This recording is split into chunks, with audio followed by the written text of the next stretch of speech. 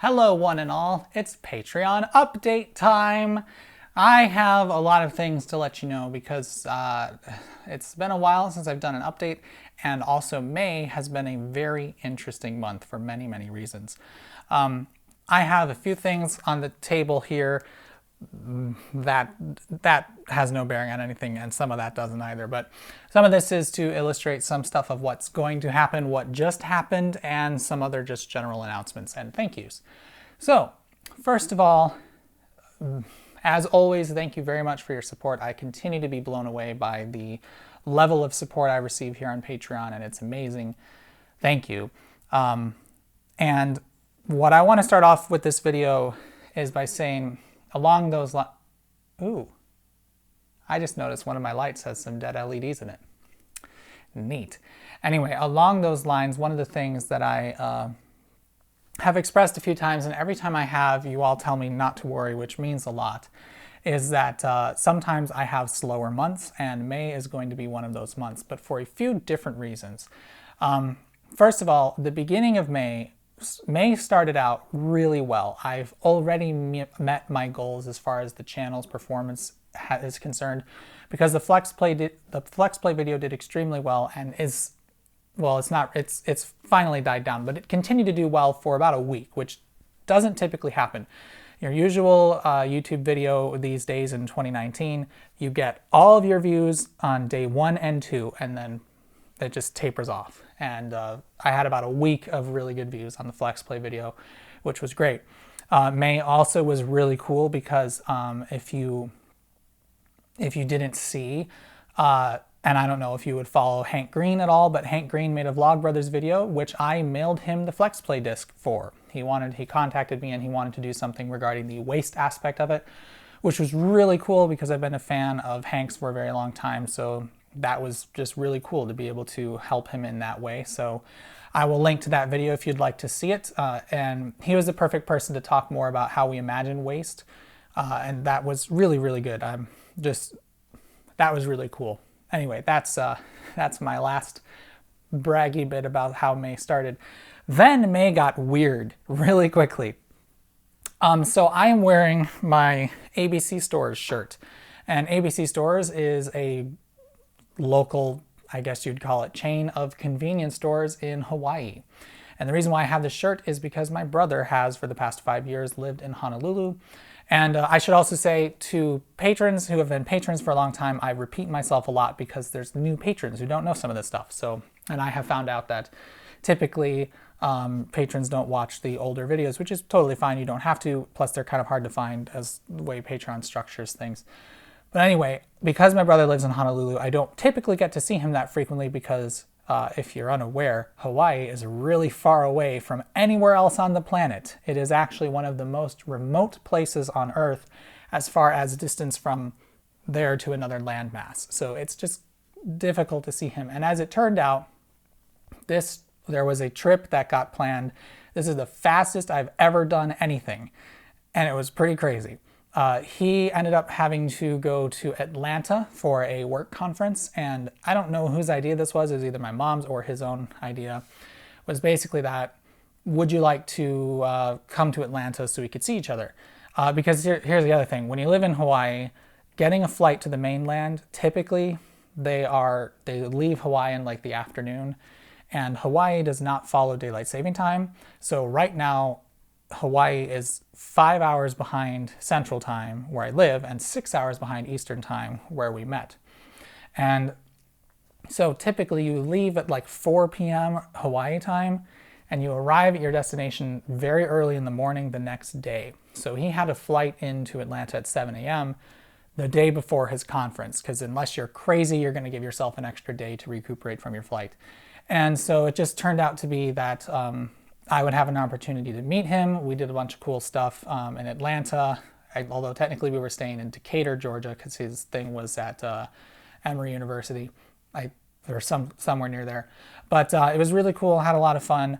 But then, so the other angle that happened, which was just like one of the weirdest things I've ever done. So I have this here with me. Some of you may recognize what this is. Some of you may not. When I was last, as you may know, sometimes this channel goes on Disney benders, and that's not my word, that's what some other people have called it.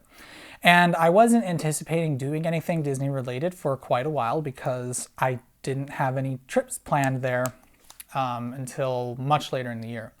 But when we last went as a family, because we have another trip planned, rather than get just a normal ticket, we got annual passes. And so this is my Magic Band, which has an annual pass on it. And I just thought, if I'm going to Atlanta, how much more difficult would it be to get to Orlando? Because Atlanta is about an 8-hour drive from Orlando.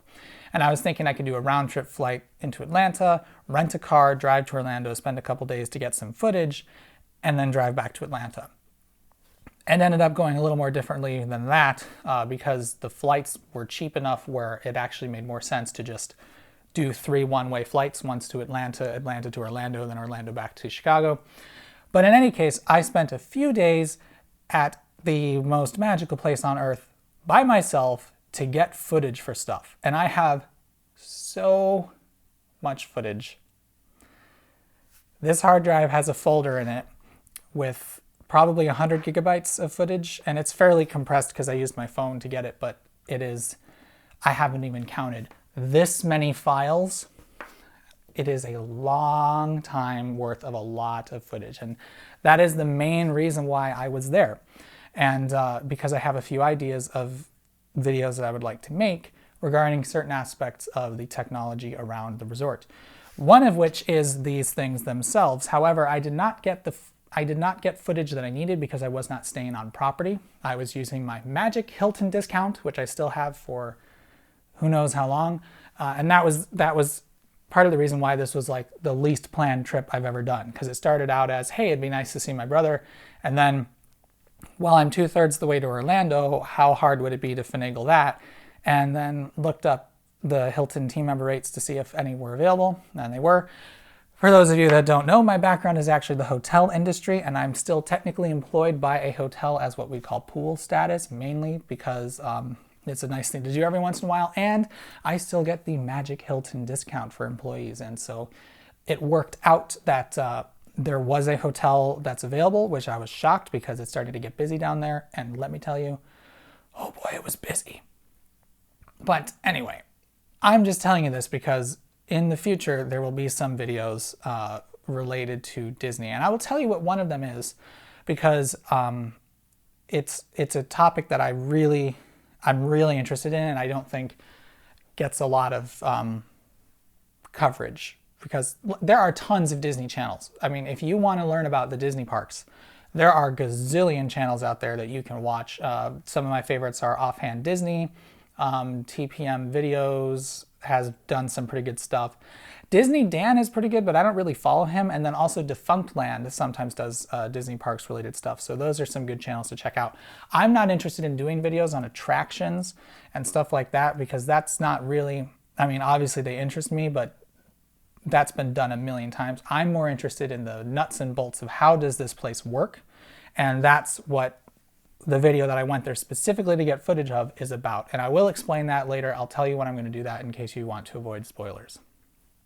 So I'm going to put that off for now. The reason why there's a PlayStation 3 on the desk with me right now is because this is going to be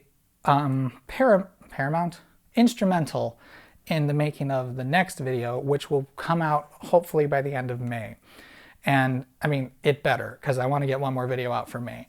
And that is on what I teased like 6 months ago, teletext. I have been in communication with someone in the UK named James. He's the guy that I called out in my closed captioning video. And I have been putting off doing teletext for a very long time because it is a,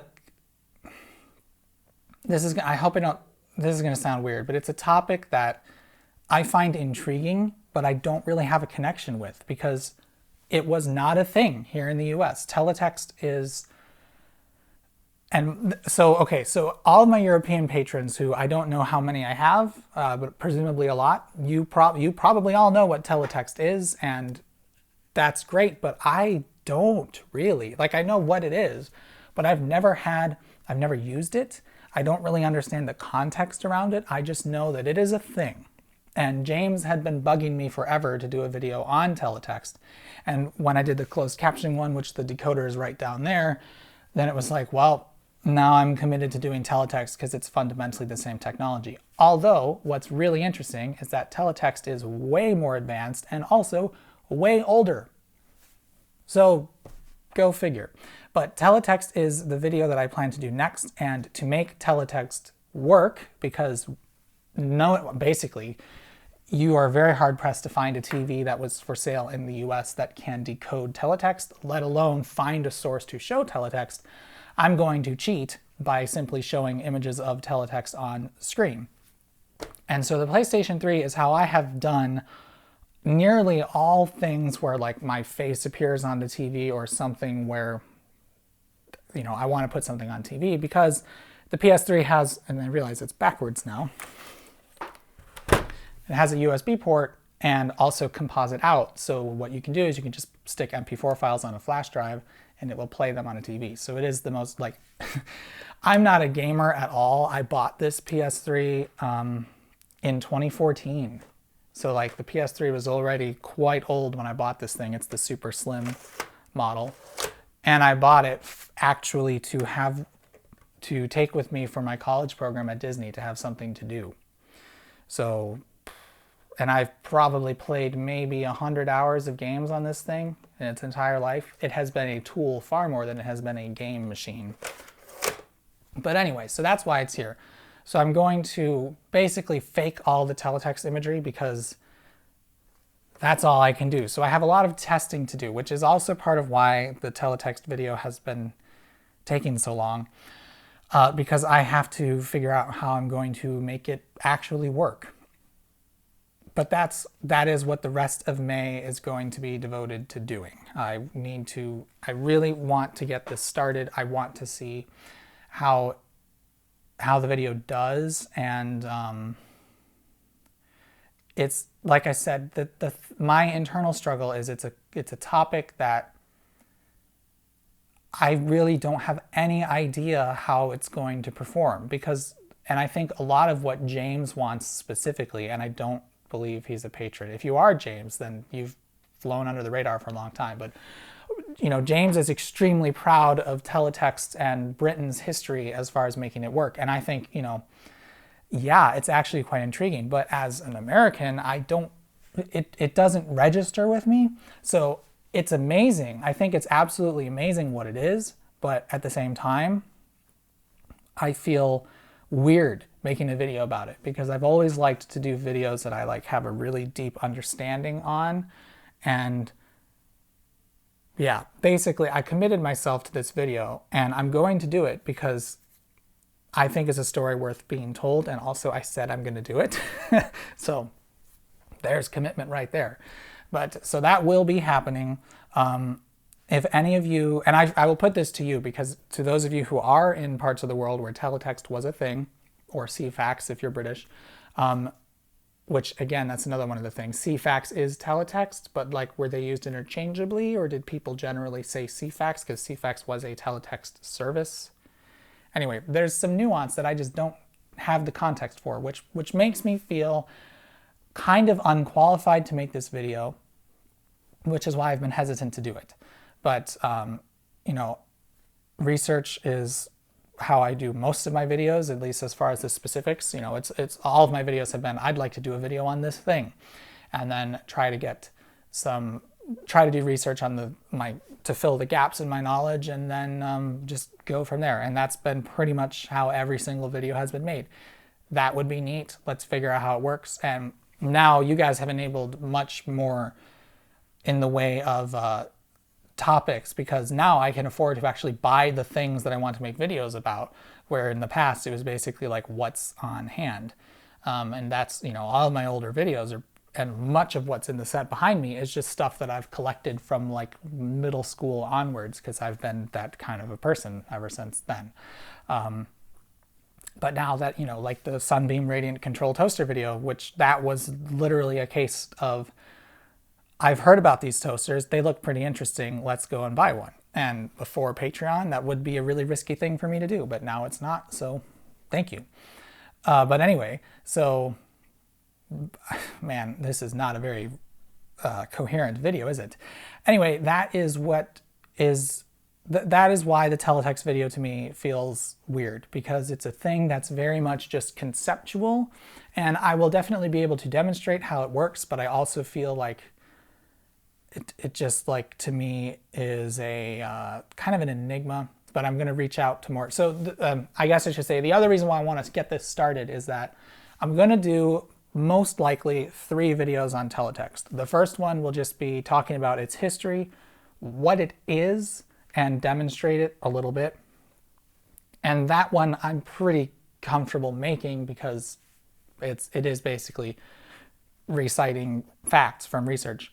The middle bit is the one that I'm most apprehensive about because it will be more about the technical aspects of the format. And James has gotten me in touch with a bunch of people, and I will be reaching out to them shortly. But the middle video is the one where I'm like, this hopefully goes well. And then the third video will be exploring why it didn't really come to the US. And yeah, I honestly, my gut tells me, so one of the things that's like completely weird to me about the difference between television in the US and much of Europe is how much programming we've had over here from day one. And I think it's mainly because television here is all private, basically, and it's funded with commercials and advertising, and so it popped up extremely quickly. So like here in the Chicago area, ever since I was a kid, over-the-air TV were channels 2, 5, 7, 9, 11, 13, 20, 23, 26, 32, 40, 44, 50, 60, and 66. And I could tell you what most of those are. But anyway, ever since I was a kid, I had a choice of like 20 channels or 15 before you even get into cable. Whereas when you look at like the UK, James was telling me that until the 90s, TV wasn't even 24/7. And so I think part of it is that teletext was a way to get more content being used over television. But again, that I haven't done a single bit of research into that. That's my hunch. And it is an interesting thing that I've noticed, given that how we've just had television on all the time, always, all the time. Like, and I think by the time teletext was a thing in Europe and the UK, which so far is still part of Europe, but we'll see how that goes. I just think that it may explain why teletext was more important over there than here, because it was a way to get more out of your television, whereas in the US, we had television programming on like all the time. And so maybe that's it. I don't know. We'll research that. We'll get into that, won't we? So another thing is headquarters updates. So I was going to make another headquarters update video, and I still plan to, but here's the thing. I still have not rigged up the ceiling lighting because I ran into a problem and I have not felt I've had the time to fix it yet. And I was planning on doing it actually before the literally like 3 days beforehand trip to Atlanta and Orlando was figured out. But these are my original lights. They're just on stands. So the lighting is better because they're placed in a better location. And I still have just the basic hair light, just using some floodlights, but I have not rigged up my new lighting, and I've not figured out where it's going to go in the ceiling yet. Well, I know where it's going to go in the ceiling, but I haven't figured out like how it's going to be mounted. But we're gonna get there. Don't you worry. I have debated buying actual like legitimate light rigging stuff, which I should probably do. But the problem was my initial plan was to use bits of conduit and basically drill holes in the joists, basically like screw the light into the conduit and then also screw the conduit into the joist. But the problem is these light fittings are actually slightly too small to let the conduit fit into them. So I was thinking, well, I could, kind of slice it with a hacksaw and shrink it a little bit. But I'm thinking I might as well just invest in the real thing because it'll give me more flexibility down the road anyway, rather than just like pop these where they're going to go. And that's that, which would work. But I figure I should probably do it, like correctly. That might be a good idea. So that will be happening. But the electrical work is done. All the outlets are now wired to the switches. That much, I think when I last did a headquarters update, I hadn't showed you that yet. That is now, or that wasn't done yet. That is done. So now all the electrical work in here is done. The other remaining projects are to get a workspace in the unfinished half of the basement here. Not necessarily for on-camera work, but just to have a place to keep tools and other things that I need. Because currently, what you cannot see, and I'm not going to show you, is the rest of the room, which looks pretty rough right now, because there's just stuff everywhere, because there's no defined places yet for it. So that's what I've been working on also. But we're getting there. We're getting there. So let me now talk about the video that I have shot lots and lots of footage for. And that would be, it is a video on the Walt Disney World monorail system. So if you've never been to Walt Disney World, even if you've never been to Walt Disney World, you likely know that the monorail is almost like synonymous with Disney. Disney has monorails. They have monorails at Disney. They look like this, and everybody loves the monorail.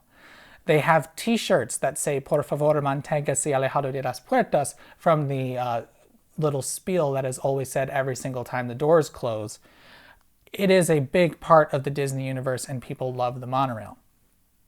And a lot of people have made videos on why Disney doesn't make, or why Disney has not expanded the monorails, because as it currently exists, there are two, technically three, but functionally two monorail lines, the Magic Kingdom line and the Epcot line, and that is it. And they are probably not going to expand it ever. And so a lot of people have made videos on why Disney won't expand the monorail. But nobody, to my knowledge, at least I've not run across one, and like that's going to stop me anyway, but nobody has really explored why they have the monorails. So there's a video that's like, but why though? Like that's going to be the premise. Why are there the monorails? And the thing is, the part of what fascinates me so much about Disney, the Disney parks, is how it is one of the most ambitious projects ever, as far as like, maybe not if you talk about government scale, but like of a private company, it is probably the most ambitious project that has ever been done.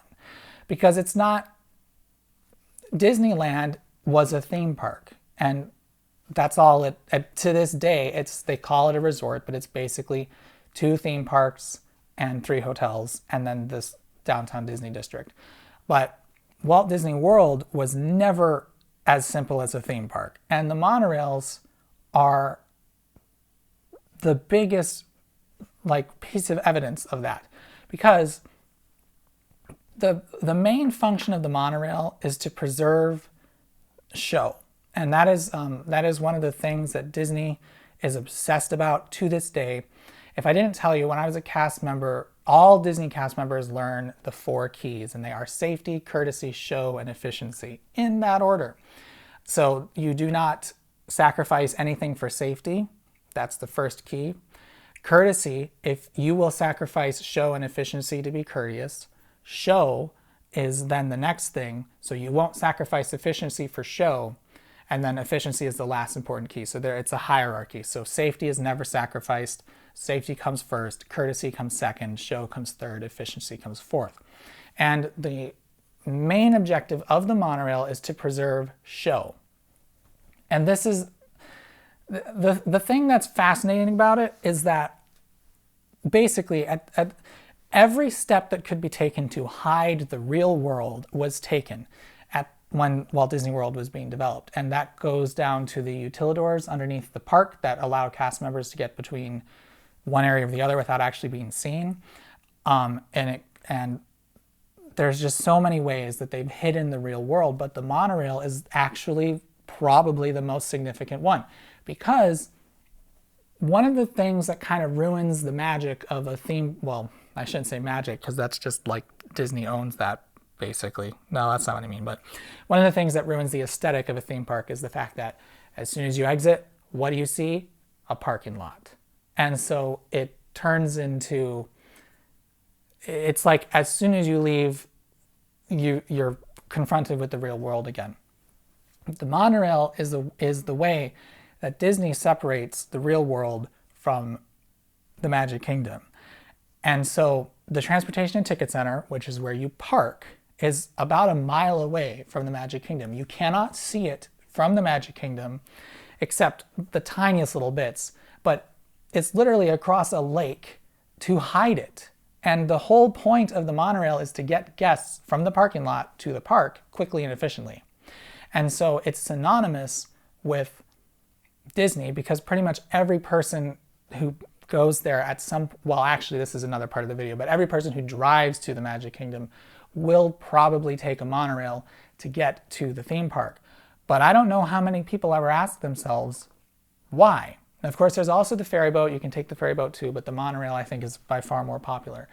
And I think it's just a part of the Disney experience that not a lot of people have really dug into the fact that why does this exist? Because if you think about it, it is so unnecessary. Why have the monorail? What is the point of you parking a mile away from the park to then board a monorail to then be let off at the park?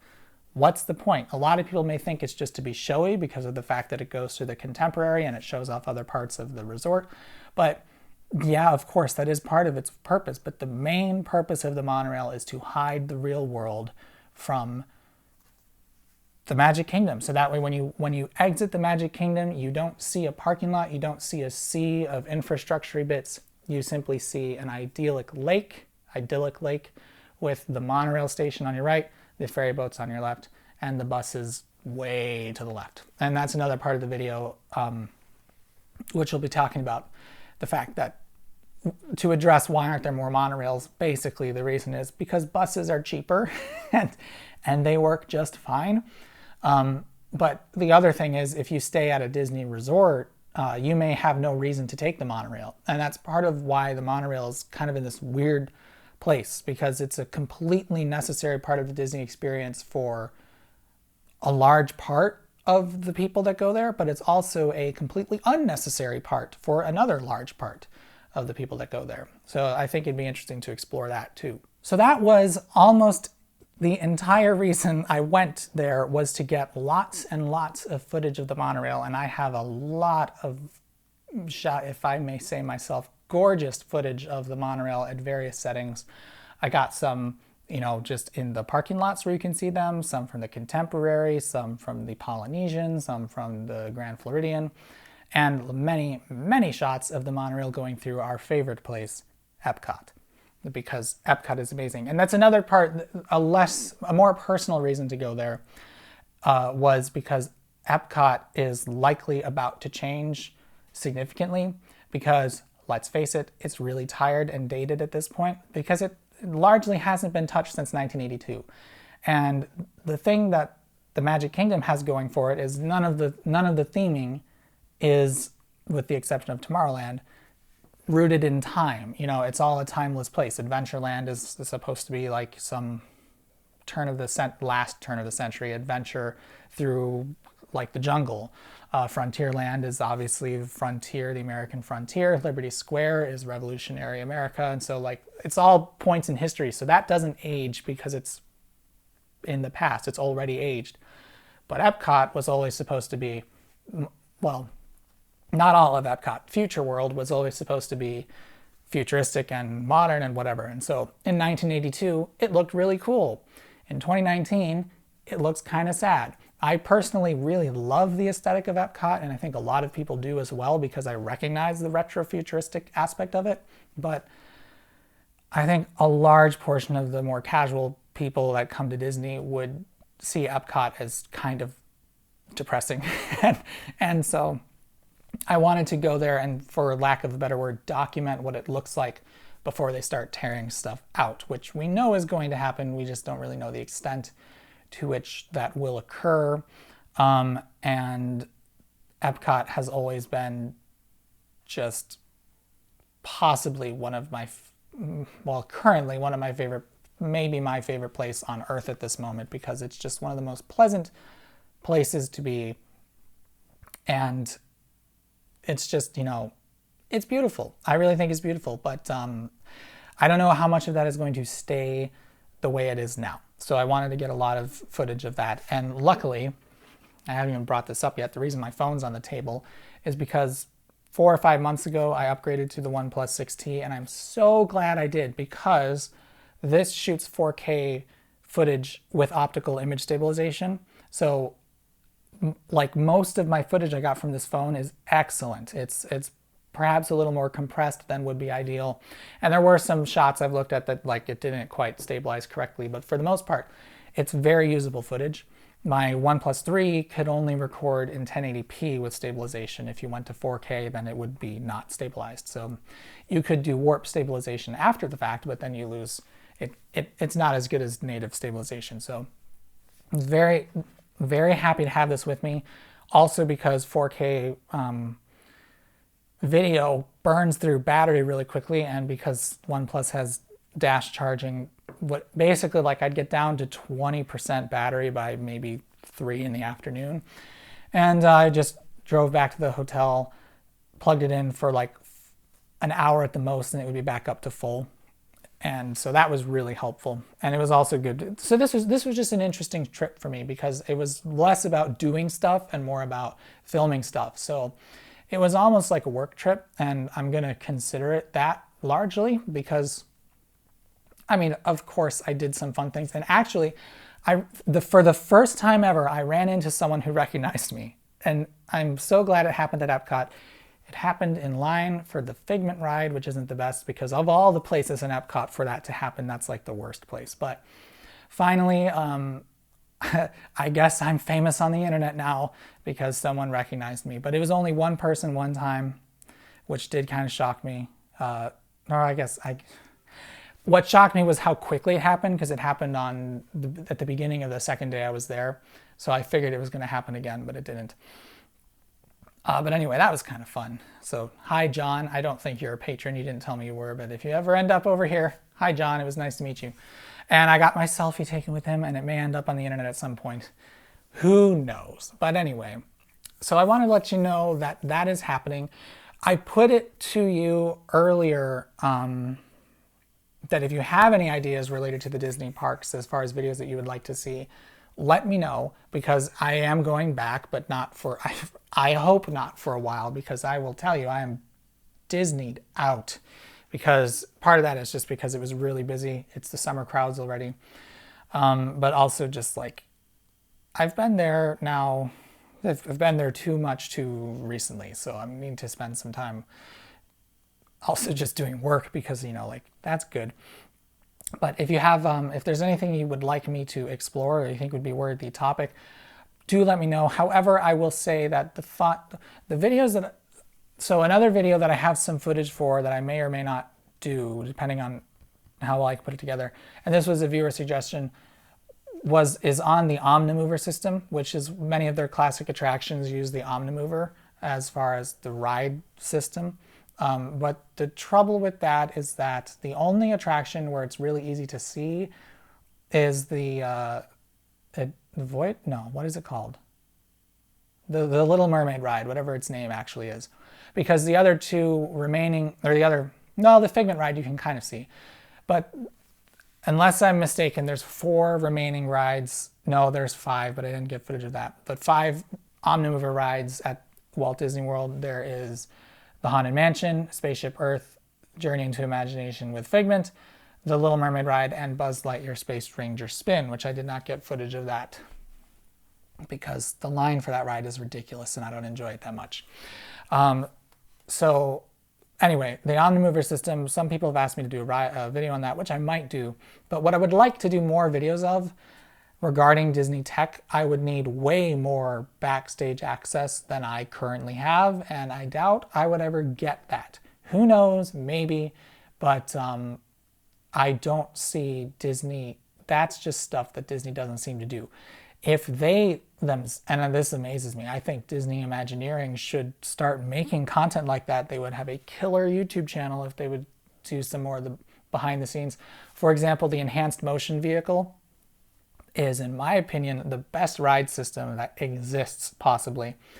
And sadly, they've not really done anything with it, in America anyway, since 1998 with Dinosaur at Animal Kingdom. The Indiana Jones ride at Disneyland uses the same ride system, and it is amazing because it is a dark ride that is also a thrill ride that is also a motion simulator with all of the pros and none of the cons of any of those things. So, but anyway, I'm sure they're hilariously expensive to build, and that's why they haven't done it again.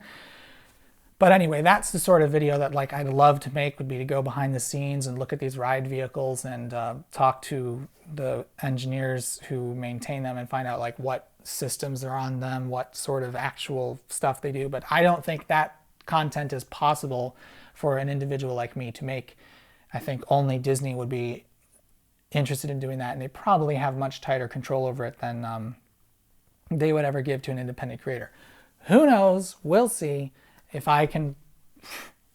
they ever open that up, I will be the first to do it. But I think in general, it's just going to be what guests can see that you can do videos on. And also, who did that? Someone commented on, which video was that?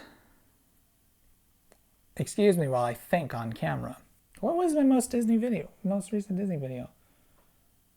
Was it a stretching room? This is embarrassing. I have to look it up. The People Mover video. My goodness. Okay, so this is how weird this year has been. Time has been going by in such weird ways, and I don't even know what's happening anymore. But anyway, somebody commented on the People Mover video, and they were like, "Do you think Disney's okay with people making videos like this?" To which I reply, yes, because it's free publicity for them, and they're not dumb enough to take it down. So luckily there's enough nerds like me who just make free content for them. Yay, I'm helping them out even though I worked for them for 5 months or whatever it was. But I find so much of it just absolutely fascinating. And like I said, I don't want to do video. I'd rather do videos on the infrastructure bits and like the stuff that makes the resort happen. Because as I said earlier, it is like the whole resort, if you just think about it and you're like, this is an incredible operation that they have going all the time, non-stop. It's like mind-boggling. And Epcot in particular is Epcot is so, like, it's enormous for one thing. The Magic Kingdom is the park that everybody loves, but it's actually quite small. I timed it once and it was not a very busy day, so it was easier to get through crowds, but I was able to walk from Space Mountain to Big Thunder Mountain in a little over 5 minutes, and those are the opposite ends of the park. It's just not that big. Everything is really close to itself. Disneyland is even smaller, but Epcot is huge because it's basically 2 theme parks put together, Future World and World Showcase, and I think it's 300 acres. It's really huge. The path around the World Showcase Lagoon is 1 mile, so 1.7 kilometers or whatever that is. And that's only half the park. So Epcot is enormous. It's extremely ambitious. And that's part of why I love it, is that it's like, this all came together and somehow it worked. But unfortunately, Epcot is in kind of a sad state right now, as I'm sure I've said. But anyway, so that is the last thing. Oh my God, this is a long video. I'm sorry. The other thing is, in addition to the footage of monorails, I also got some other like random tidbitty stuff, and I'm gonna do. I think I'm gonna start doing some more Disney stuff that's like less pointed, less like scripted, just on the second channel. I have a list of Disney do's and don'ts for making your vacation there better and worse, and some other like just interesting things that are at the resort that you may or may not have noticed, and some of the things that just are amazing. And if I do a video on Magic Bands, I'm not sold on doing a video on Magic Bands because like what they are, it's more the concept that's interesting, because this is just an RFID tag, really. The most interesting bit is the long range stuff they do with it. For instance, whenever you ride a ride, it just knows that you were on it because it can read these at a fairly long range. And so if there's an on-ride photo on many of the rides, it just, boom, appears in your app because it knows you were on that ride. And they do some of the stuff like, some rides have individual personalized stuff. So like Expedition Everest has some posters in the line, and when it reads that you're in the line, it will like change the poster to have your name on it. So like in my case, it would be like, see Alec at the tea stand. And it's like some really cool stuff that they do, but mainly it's an RFID tag. So the more interesting stuff is all the behind the scenes stuff that they do with it.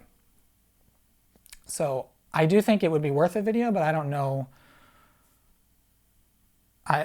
It's not so much that I could show you. It's more just like, here's all the cool things that happen. So I don't know. We'll see about that.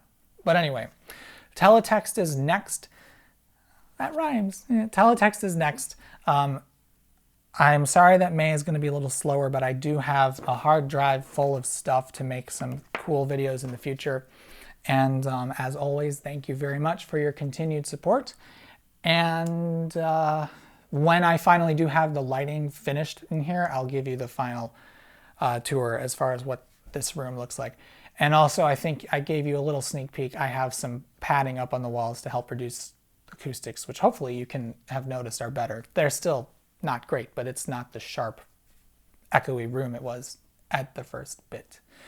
But anyway, I will see you soon. Other thing, some second channel video. Oh, I should make lists, shouldn't I? Some second channel videos are at least one is going to be made between now and the teletext video. I don't normally release those early because I just throw them together, but I do put links. I do say that I have posted them, so I do put them on Patreon. A number of people have asked me to do that because they've disabled they just don't follow YouTube anymore. So I will continue to do that. If there's a second channel video, I will post it here, but just know that it's not typically going to be early access unless it is an accompaniment to a main channel video, in which case, yeah, I'll go ahead and give you early access. Last thing, I said I was going to change this to black. I still haven't done it yet because I'm afraid there won't be enough contrast with my hair, because I do have black hair if you haven't noticed, but I haven't tried it yet. We'll do that at some point, but for now it's staying white. Sorry if my head's off center. Anyway, for real now, bye!